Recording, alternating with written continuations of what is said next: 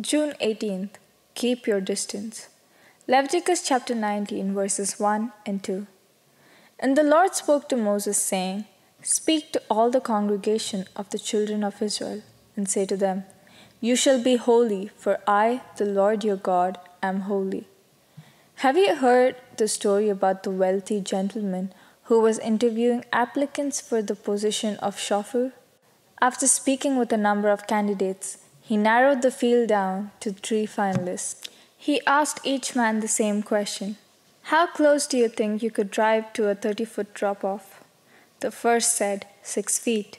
The second said 3 feet.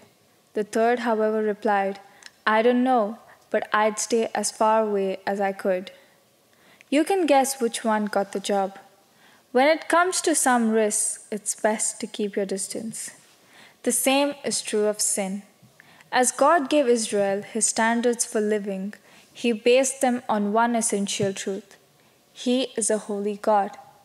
As his people, Israel also needed to reflect this holiness. The word used for holy carries the idea of being separate. God and sin cannot coexist. Therefore, the Israelites were to live in such a way that they would avoid the contamination of sin. While God realized that they could not reach his level of purity, he still expected them to separate themselves and not participate in the sinful lifestyles of the nations around them. In the New Testament, the call for holiness becomes even more personal. The word saints, when used for believers, literally means holy ones. We are to separate ourselves from our old lives of sin and live new lives of righteousness.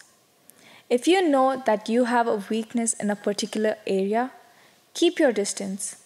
If it's pornography, stay away from places where it's sold.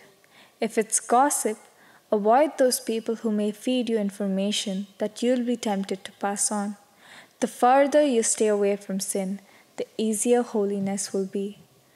A long distance is sometimes the shortest path to holiness. Amen.